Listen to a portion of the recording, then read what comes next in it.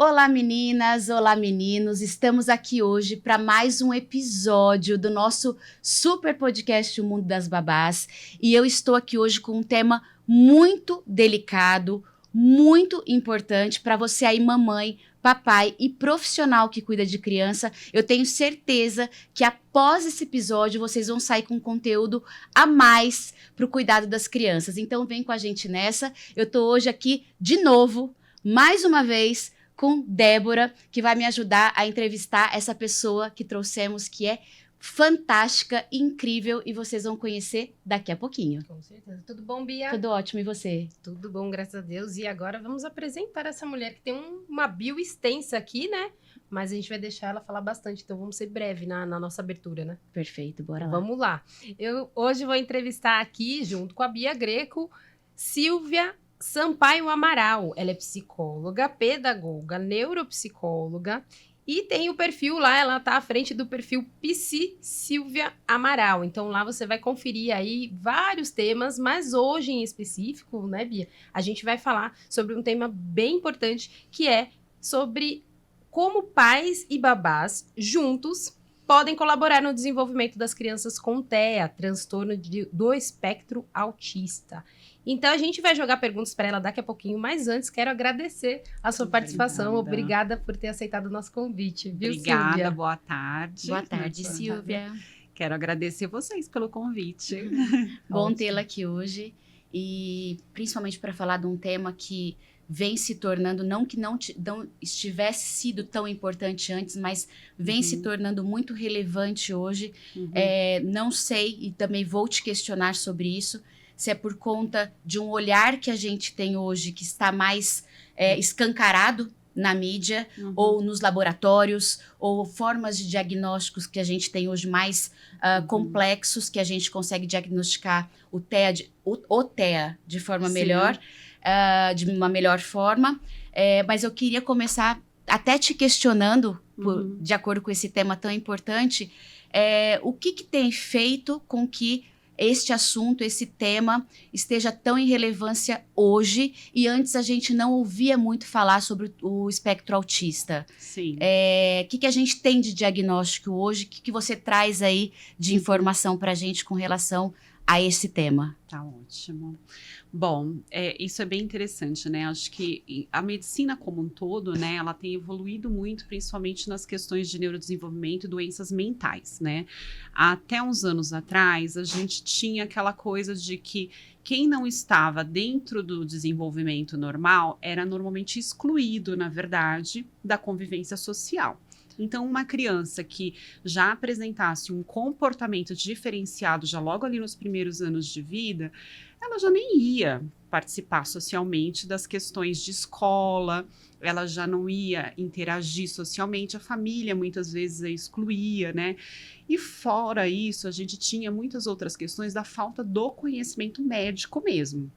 Então, ele ia no médico, tinha-se diagnósticos generalistas a respeito daquele comportamento, e muitas vezes não se tinha uma intervenção ou um trabalho específico para ser realizado, porque não sabiam como fazer, e simplesmente essa pessoa vivia a vida dela ali, né? Então, não só com TEA, mas com todos os outros transtornos de neurodesenvolvimento, a gente vai observando que muitas pessoas passaram uma vida sem ter um diagnóstico, sem ter um tratamento, sem ter um acompanhamento mais adequado.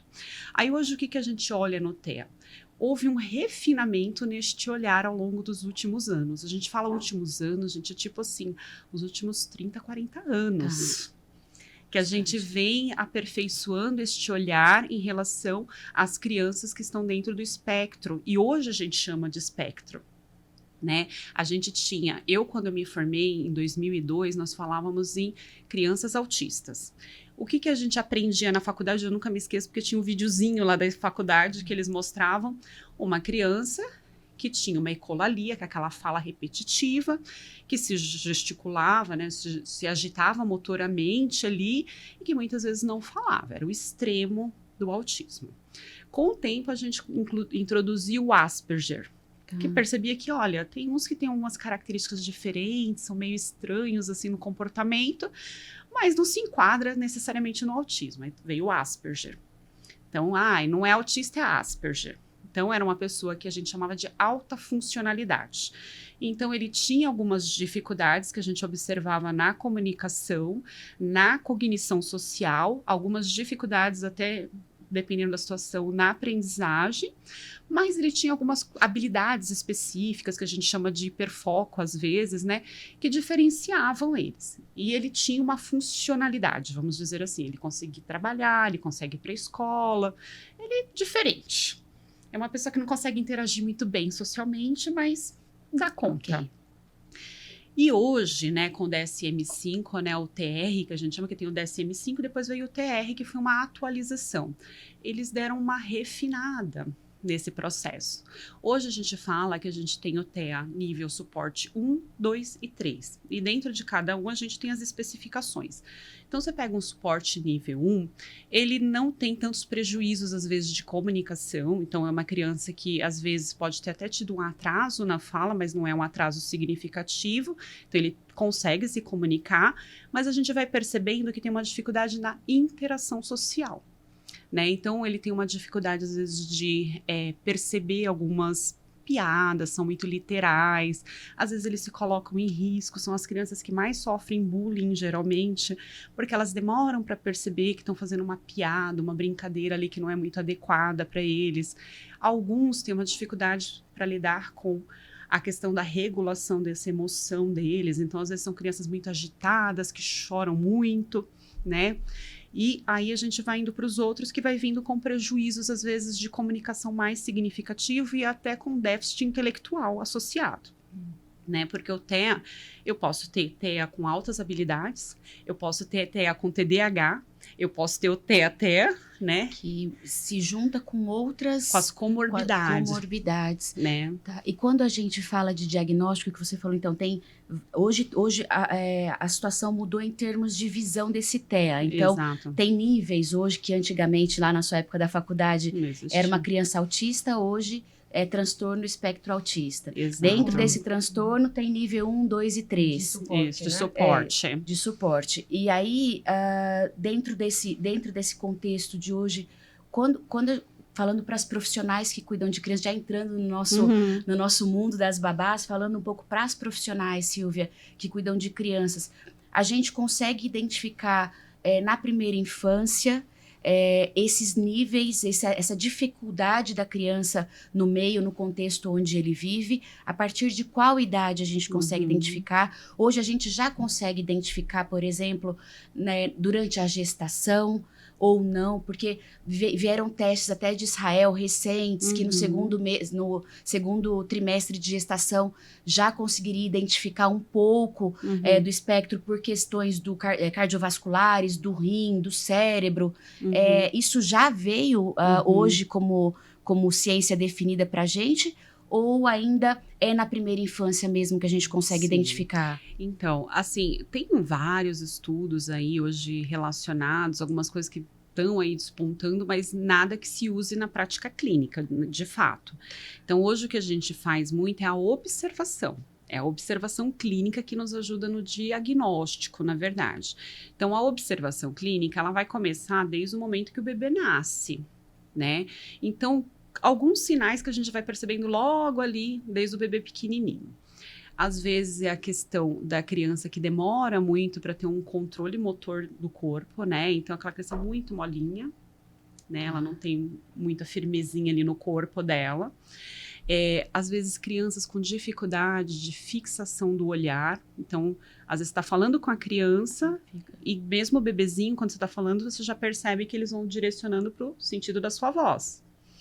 E você percebe que essas crianças, elas ficam olhando para o nada ali. Né? São alguns sinais que já começam a chamar nossa atenção, né? Essa dificuldade, né, desse controle, né, do corpo mesmo. Às vezes tem crianças que você pega e ela fica rígida, assim, fica dura, né? Então, a gente começa vendo essa hiper controle motor aqui, e a gente vai observando essa questão do olhar. Mais para frente, a gente vai observar o quê? A questão do início da fala. balbuciar, né? Dessa questão, porque eles estão ali, Isso. e às vezes tem essa dificuldade, né?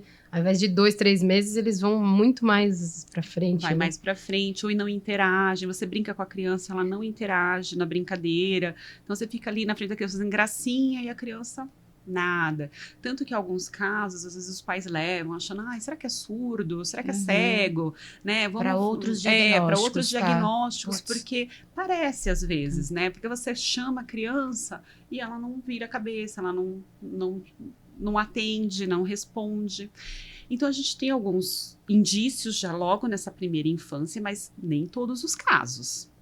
E você acha que é importante, não te cortando, Bia, mas você acha que é importante? Porque hoje a gente tem, e inclusive adultos hoje, com esse diagnóstico tão tardio, mas as pessoas estão falando muito que o pior dos diagnósticos, né, para quem recebe, é do nível de suporte 1, porque é muito difícil para a pessoa entender se realmente ela está dentro desse espectro, né?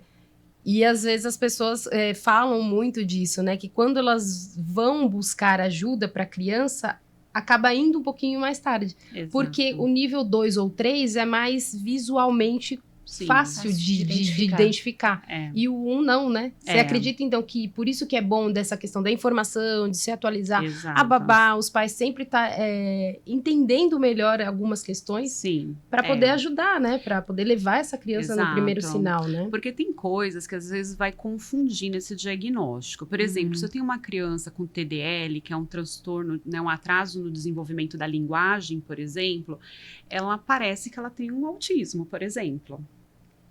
Porque ela tem uma dificuldade nesse processamento das informações, na entrada de informações.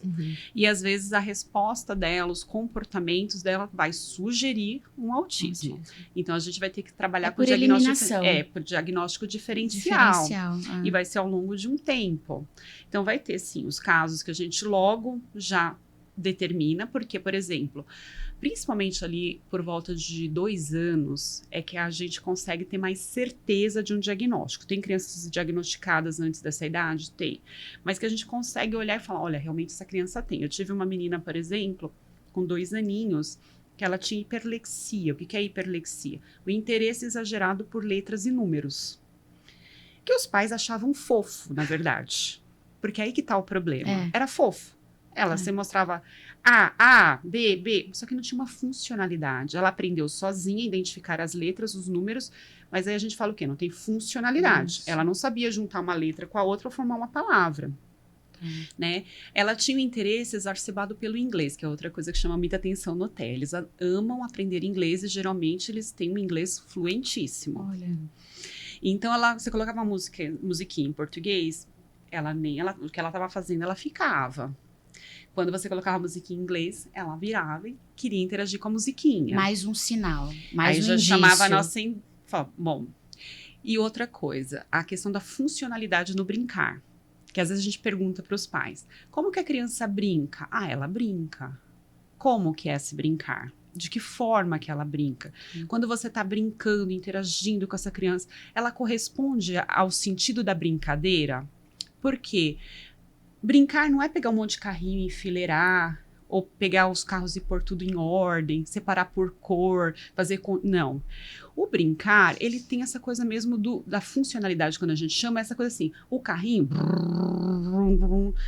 Vamos fazer lanche, vamos fazer sanduíche, pega o pão, vamos fingir que a gente vai comer, nhaque, nhaque, nhaque. A criança com 2 anos, ela já interage nessa brincadeira.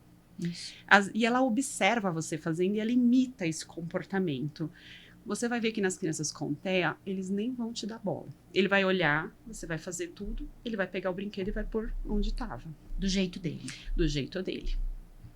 Aí você põe um brinquedo que tem muitas luzes, tem criança que fica lá assim, horas, olhando para aquele mesmo brinquedo sem parar. Então, com 2 anos, a gente já vai observando esse tipo de comportamento, nessa interação com o brinquedo primeiro. E dentro também daquele marco de desenvolvimento que a gente fala, né? Que até a DS, eu até marquei para eu não confundir, é DSM-5, né? Que tem essa questão de marcar algumas fases das idades para que, olha, brincar com carrinho é dessa forma. A gente falando aqui seria o comum, né? É. Para que a família percebesse isso. Então é bom a gente entender o que seria comum para aquela idade. É uma bula Exato. para orientação Né? dos pais, né? Exato. Que a gente estava falando até um pouquinho Até antes. desfraude, tudo, né? Antes da gente começar aqui, a gente estava conversando, é como até os exames laboratoriais, né? Então tem lá, o colesterol tem que estar Sim. entre tanto e tanto. Agora, se meu colesterol está em 500, já passou do normal, já está muito acima do normal. Então, eu acho que são essas diretrizes Dosar Sim, mesmo. que a exato. gente tem, que ajuda muito, eu acho que o que a Silvia está falando, muito importante para as profissionais, realmente observar a criança que você cuida e se tem algo bem diferente do que é o normal, o comum de ser feito com as crianças. Então, ela deu o exemplo do brincar. O brincar da criança envolve fala, envolve interação, envolve Uma criança com a outra. uma também, criança com né? a outra, uma criança com vocês profissionais. Aquela que se isola do mundo já é evidente um indício de TEA. Sim. A forma como mostra o corpo, né? A rigidez do mãozinhas. corpo Exato. também é um indício. E com 2 anos já se tem um diagnóstico claro. Então, a importância de vocês profissionais terem essa informação para justamente passarem para os pais e para o pediatra, para o psicólogo, enfim, para quem estiver envolvido como rede de apoio da criança, o papel de vocês é de extrema importância nesse momento, porque quanto antes tem diferença, Silvia, é isso que eu ia te Sim. perguntar. Quanto mais cedo a intervenção, melhor. Melhor. Melhor, porque a gente consegue trabalhar melhor alguns comportamentos dessa criança. Uma coisa só que eu queria fazer aqui um adendo é que, assim, a criança, quando a gente tá falando dessa coisa do desenvolvimento, né? Tá. Sim. Uma criança de 2 anos, ela não tem interesse por outra criança de 2 anos nessa idade. Não tem interação Não. com outra. E por isso que, às vezes, você vai ver que as crianças, elas vão estar brincando no brincar dela. Mundo delas. No mundo dela. Você vai ver ali educação infantil, né? O berçáriozinho, ele pega um brinquedinho, ele interage com... E por isso que às vezes parece que tá normal. Porque eles interagem, eles com eles mesmos. O adulto, eles imitam o comportamento, eles observam e imitam, mas eles ainda não têm interesse por outras crianças. A socialização mesmo, a gente começa a observar lá após os 4 anos. Que é quando a gente começa a ouvir o filho falar assim, né? A criança falar, ai, o meu amiguinho fulano de tal. Ai, porque é a minha amiga. É quando ele começa a perceber que existe uma outra criança e que é legal trocar com essa criança de alguma forma. Mas a gente ainda vê a disputa pelos brinquedos. Às vezes eles ainda têm uma dificuldade para conseguir conciliar a brincadeira. E isso é normal, tá, gente? Não é uma coisa anormal. Quando eu falo dessa coisa da funcionalidade ali, é a criança conseguir transpor esse brinquedo para o que ele é em si. Então, um carrinho não é só um objetozinho ali. Perfeito. Ele faz brrr, Isso. ele tem som. A gente não tá falando da interação com o outro, porque senão confunde. Quando a gente fala assim, essa criança de 2 anos, ela não vai ter interação com o outro, porque não faz parte da natureza dela com 2 anos interagir com outras crianças. Exato. Mas a forma como ela interage com um objeto, Sim. que ele transforma esse objeto no brincar funcional dele. Exato. E quando não transforma, aí sim a gente tem que ter um olhar mais atento Exato. pro TEA. Exato. Seria isso. Exato. Tá. Porque tanto é Ficou claro. que os adultos têm essa dificuldade, às vezes, de perceber, porque ele olha e parece que ele tá lá no meio das outras crianças e tá tudo ok. Então, às vezes, eu tenho pais que falam assim pra mim, mas ele fica com outras crianças, não tem problema. Mas como ele fica com essas crianças? Quando você brinca com ele, né? Então, quando você pergunta uma coisa, por exemplo, uma criança de 2 anos, ela às vezes vai repetir a sua última frase, né? Então, você fala assim, você quer água? Eu quero água. Uhum. Ok, né? Mas ela também já sabe chegar para você e falar, eu quero água. Agora, quando eu tenho uma criança que nunca me pede nada e ela faz o tempo inteiro a repetição das minhas frases, que a gente chama de ecolalia, já começa a chamar a atenção. Eu falo assim, vamos brincar de hambúrguer? Hambúrguer. Vamos comer a papinha? Papinha. E morre aí o assunto. Tá. Aí você já começa a falar, opa, Foco de atenção. essa criança já não está conseguindo, né? Não está conseguindo processar essa comunicação. Ela está recebendo, está tendo uma entrada, mas não está tendo uma elaboração e uma resposta. Já tem uma coisa aqui que a gente precisa observar, né? Isso a gente olhando para o neurodesenvolvimento, né? Então, a primeira coisa que chama a atenção da gente é a linguagem. Depois vem a questão da motricidade, né? O quanto que essa criança, às vezes, tem alguns reflexos. Por exemplo, uma criança com 2, 3 anos, se você jogar uma bolinha, ela vai fechar a mãozinha. Uma criança com 3 anos, você joga a bola e ela faz assim. Tô nem aí porque você tá jogando aí, porque você tá tentando fazer. Então, é a questão desse reflexo da motricidade, do movimento. A gente já começa a observar aqui uma dificuldade para essa criança, né? Outros fatores que chamam a atenção. Seletividade alimentar. Então, a gente tem algumas crianças, não come comida seca ou não come comida molhada. Só come se tiver tudo separado no prato. Então, não pode misturar o arroz com o feijão. Tem que ser arroz de um lado, feijão do outro. Não come nada que tem verde. Se põe uma coisa verde, a criança se desestrutura completamente. Não pode ter verde. São alguns sinais que a gente vai observar. Sono. Boa parte das pessoas com TEA tem problemas com sono. Eles dormem pouco. Durante a noite e dia. Ou trocam muito mesmo quando maiorzinhos à noite pelo dia. Tá. Tem muita dificuldade com essa regulação do sono, tanto que muitos a gente tem que entrar com medicamento para ajudar no sono. Senão eles vão dormir 3, 4 horas e eles acordam plenos ali, querendo atividade, né? Então são sinais que já vão mostrando pra gente aqui essa dificuldade quando pequenos, né? Aí até a Débora colocou sobre a questão da dificuldade do diagnóstico do nível suporte nível 1, tá? Isso. Realmente, a grande maioria a gente começa a diagnosticar na adolescência. Nível 1. Principalmente as meninas. São as mais difíceis de diagnóstico e tem médico que ainda discorda quando a gente faz o apontamento diagnóstico. Tem diferença de percentual entre meninas e meninos com TEA? Até uns anos atrás se dizia que o TEA era comum nos meninos. Mas o que a gente foi observando com o tempo? As meninas, elas fazem um melhor ajustamento de comportamentos do que os meninos. Por isso identifica mais difícil para adolescente menina. As meninas, elas imitam mais o comportamento.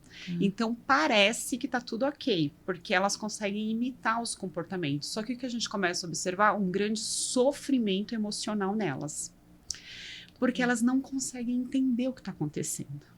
Então, assim, eu me esforço, eu tô aqui, mas aí ela chega no grupo e ela não consegue interagir, ela não consegue isso para eles, porque é meio que assim, você já teve aquele sonho que parece que você tá afogando e que você quer acordar e você não consegue? Desesperador. É a sensação que eu tenho quando elas me contam desse sofrimento. Elas percebem tudo o que está acontecendo, elas te descrevem as situações, mas elas não sabem muito bem o que fazer frente a tudo aquilo.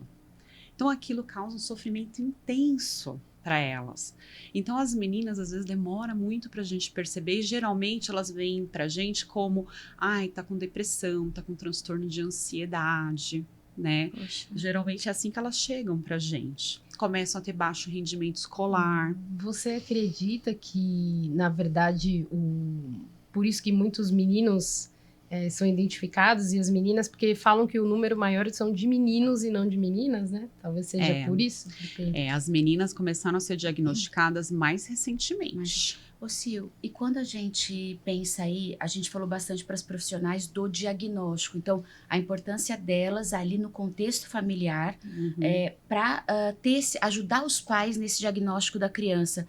A partir do momento que a criança foi diagnosticada, o que a gente, estando nessa família, como profissional, o que você aconselharia para essa profissional ajudar no desenvolvimento dessa criança? Quais são as principais atividades, os principais cuidados, o que deve ser feito, o que não deve ser feito?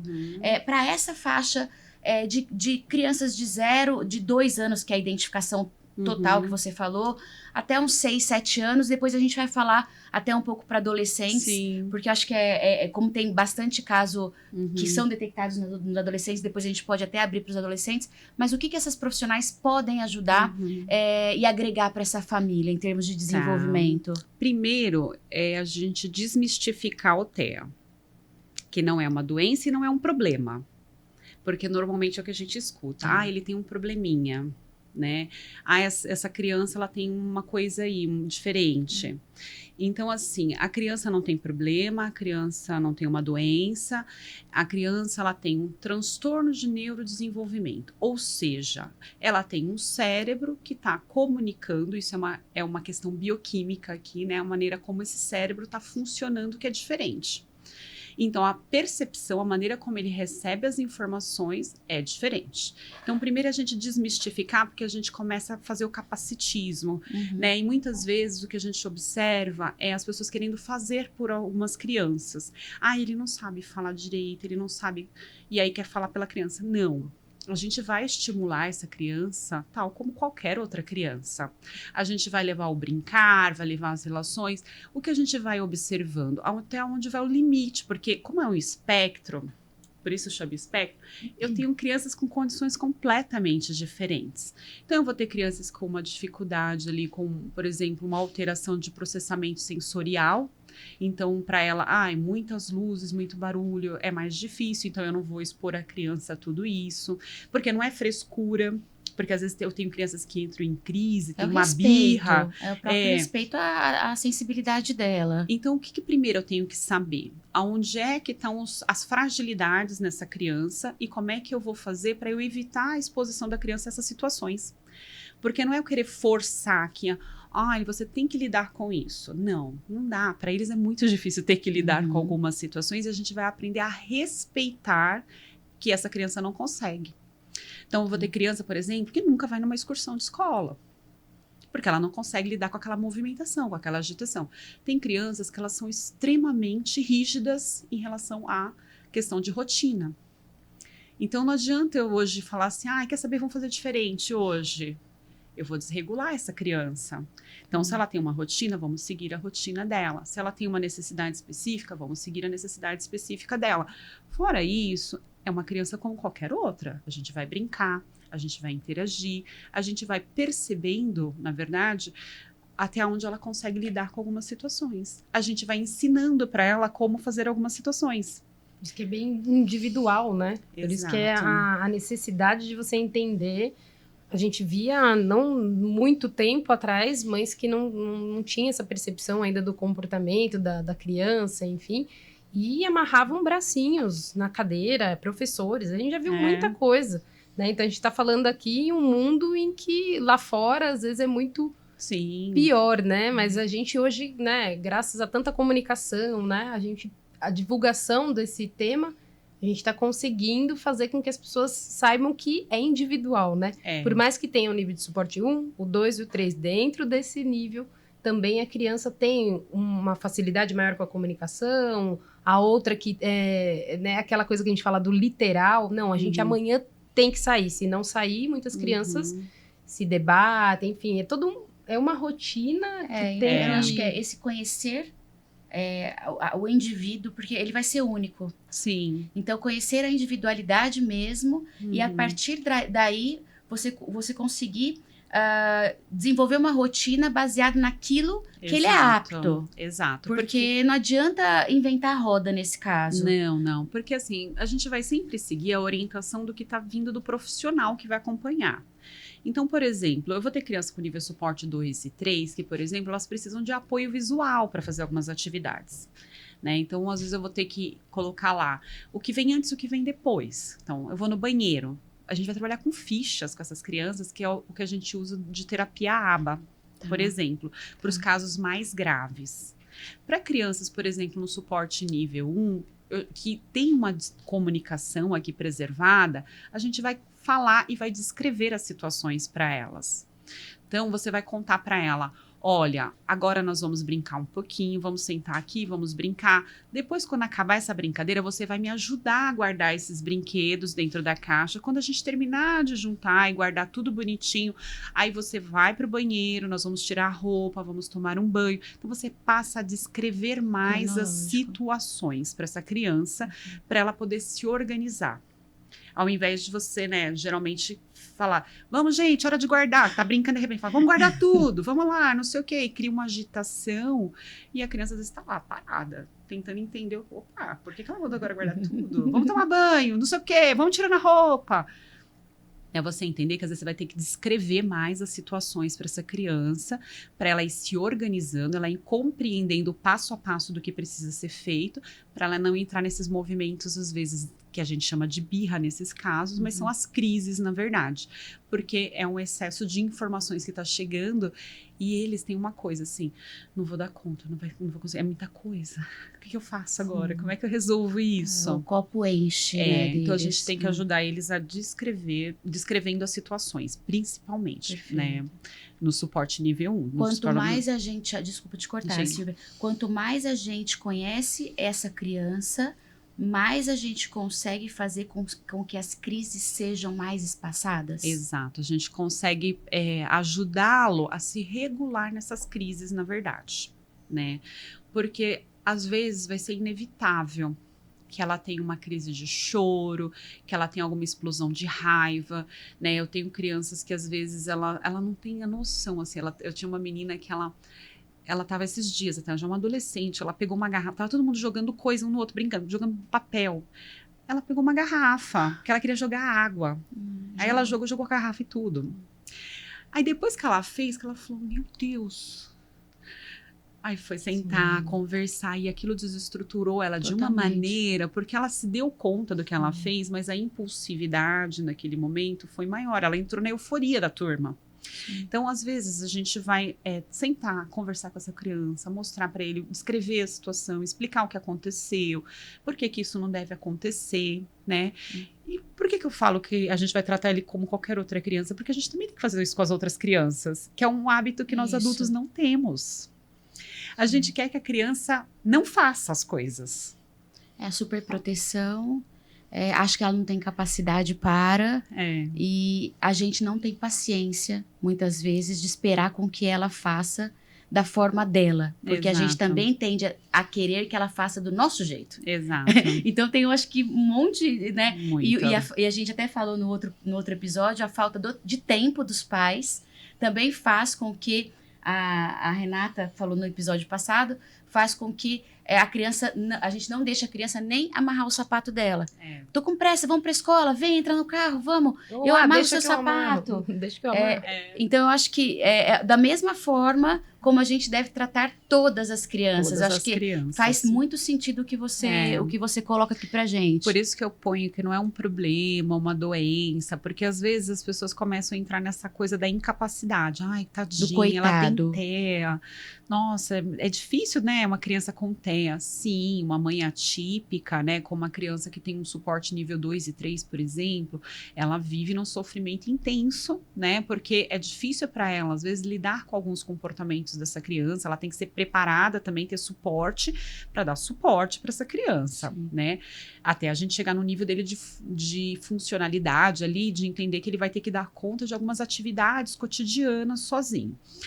A criança de nível suporte 1, por exemplo, é um sofrimento intenso para a família, porque eles não conseguem compreender o que está acontecendo ali. Vamos dizer que, assim, da mesma forma que a pessoa com TEA tem a dificuldade de nos interpretar, as famílias também têm uma dificuldade de interpretar. Então, eu tenho mãe que fala assim, gente, mas ela é tão inteligente, por que ela faz essas coisas?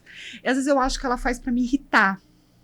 Não, ela não faz para te irritar, isso não é de propósito, não é intencional. Então, quando a gente começa a trabalhar também com as famílias, ou mesmo no caso aqui com as babás, elas entenderem que a criança não está fazendo aquilo de propósito, que não é com a intenção de te irritar, de te provocar, que eles também estão tentando lidar com o que está chegando de informação, eles estão tentando se ajustar. Se você tiver paciência para sentar, explicar com calma, que é outra coisa importante, gente.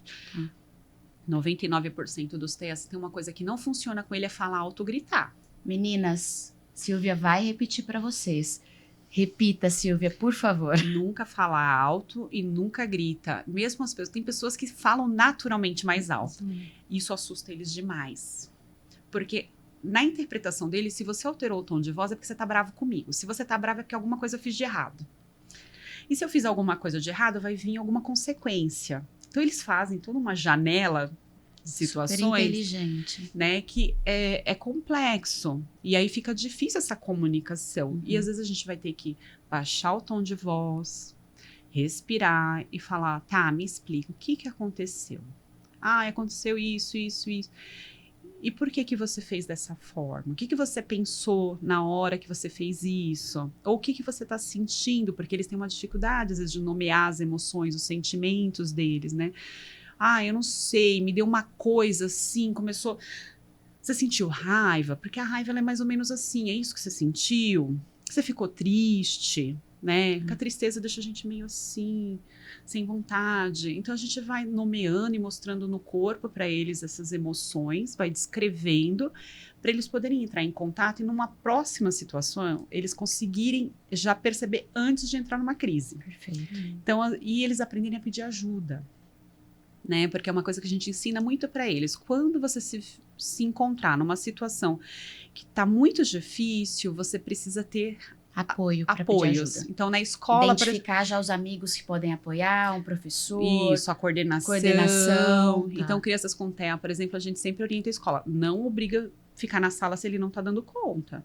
Se a criança precisa sair, deixa ela sair. Então, eles já sabem, vão para coordenação e fica lá sentadinho, esperando ali baixar, né, um pouco dessa emoção, se acalmar, aí ele retorna para a sala, né? Então, a gente sempre vai ter que trabalhar com eles, descrevendo, mostrando, e, gente, sempre um tom calmo para falar com eles. Perfeito, muito claro. É como com qualquer um, né? As pessoas, Exato. ninguém gosta, né? Principalmente eles têm esse transtorno. É um transtorno, foi o que ela falou, a Silvia, que tá aqui hoje, abrindo também a visão de muita gente aí, pais e babás e de todos nós. A gente precisa aprender, porque eles têm o transtorno.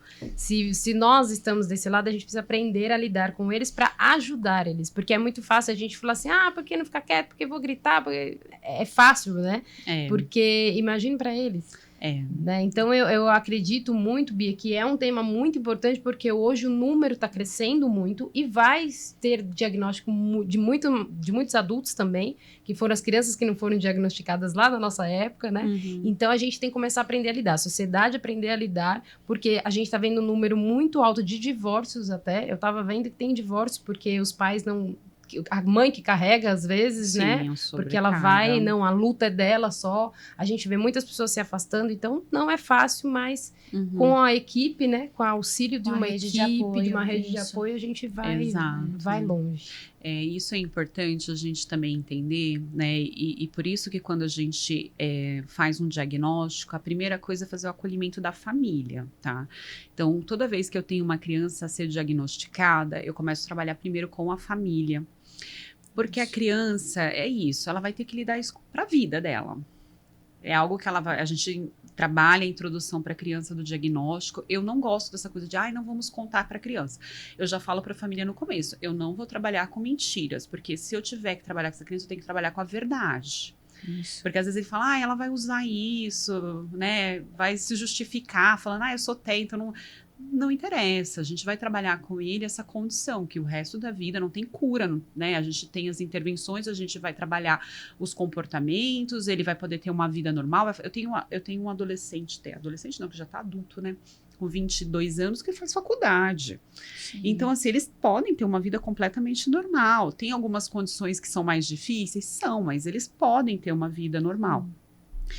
Mas os pais, e as famílias, elas têm uma dificuldade muito grande de aceitar o diagnóstico. Então, a gente começa a trabalhar primeiro com a família, a aceitação, a compreensão, e muitas vezes até eles poderem trabalhar coisas deles, da vida deles, que eles trouxeram. Né? Então, essa coisa que você está trazendo agora, Débora, que é bem importante, né? A criança, né, ela aprende a gritar porque gritam com ela. A criança aprende a querer tudo por comportamentos que a gente chama de externalizantes, né? Que ela vai no limite, porque é assim que muitas vezes os pais reagem às situações. A criança modula o comportamento pelo ambiente. O ambiente tem uma influência muito mais forte nessa criança do que aquilo que eu tô falando para ela. Então, se eu vejo lá a minha mãe, que é uma pessoa que por qualquer coisinha, ela já se estressa, ela dá berro, tudo ela, vamos gente, não sei o quê. A criança vai entender que isso é normal. Isso. Faz parte do comportamento. Faz parte. Se minha mãe se estressa, por que eu não posso reagir dessa maneira? Se a minha mãe vira porque eu fiz uma coisa e me dá um tapa, eu chegar na escola e dar um tapa no colega, qual que é? Então, a gente tem que trabalhar sempre o ambiente, e o primeiro ambiente é a família. Ótimo. Então, Perfeito. familiares, vamos passar o contato dela, porque tá acabando o podcast. O Matheus já tá aqui, Matheus já tá olhando ali, pra ó. gente bravo. Finalizamos, Mas- já estamos no minuto final. Vai passar o contato Mas da Silvia. eu queria só, antes de passar o contato da Silvia, que eu acho que muita gente vai entrar em contato com ela depois desse nosso bate-papo, só queria deixar aí para vocês, profissionais, se vocês precisarem assistir novamente esse nosso encontro, esse nosso podcast, importante porque é uma aula para vocês. Porque a Silvia fala do diagnóstico, o que deve ser observado na criança e depois como se deve interagir com essa criança. E o que ela pontua muito aqui, cada ser é único. Então não tem uma bula de interação com essa criança que serve para todas que têm TEA. Então vocês precisam sim tratá-la como uma criança qualquer em termos de desenvolvimento, não precisa ter essa distinção, mas sim observar o que aquela criança tem de específico de comportamento, respeitar esse comportamento e sim desenvolvê-la a partir de como ela é de verdade. Então aqui Silvia deu uma aula para vocês, não deixem de ouvir novamente, caso não tenham entendido, que é um tema muito relevante e sei que muitas de vocês cuidam de crianças com TEA. Então, não deixem de estudar bastante sobre esse tema, além de ouvir aqui o nosso podcast. Agradeço muito sua presença. Deixe seus contatos, se você achar necessário aqui deixar. O Matheus também vai colocar o seu @ aqui no nosso podcast. Mas eu te agradeço muito pela disponibilidade. Sei que sua agenda é muito cheia. Obrigada. E obrigada por ter vindo, Silvia. Agradeço vocês pela oportunidade, adorei o bate-papo. Gente, se deixar, eu falo durante horas, porque eu adoro neurodesenvolvimento. É uma área que eu sou apaixonada desde sempre. Então, assim, só tenho a agradecer pelo convite, pela oportunidade, pela tarde boa. Ai, que delícia. E vamos deixar que ela acabou não Sim. falando. É Psi Silvia Amaral. Psi Silvia Amaral, meu Vai Instagram. lá no Instagram dela, Psi Silvia Amaral, para falar que ela gosta de falar disso e é muito bom falar disso para babás, pais, para todo mundo, né, Bia? Perfeito. Com certeza. E vambora. Vambora. Matheus, chegou a hora. Silvia, vamos olhar para aquela câmera só para falar tchau para as meninas. Tchau, tchau. Tchau, Tchau, tchau. tchau. Obrigada, até a Obrigada. próxima.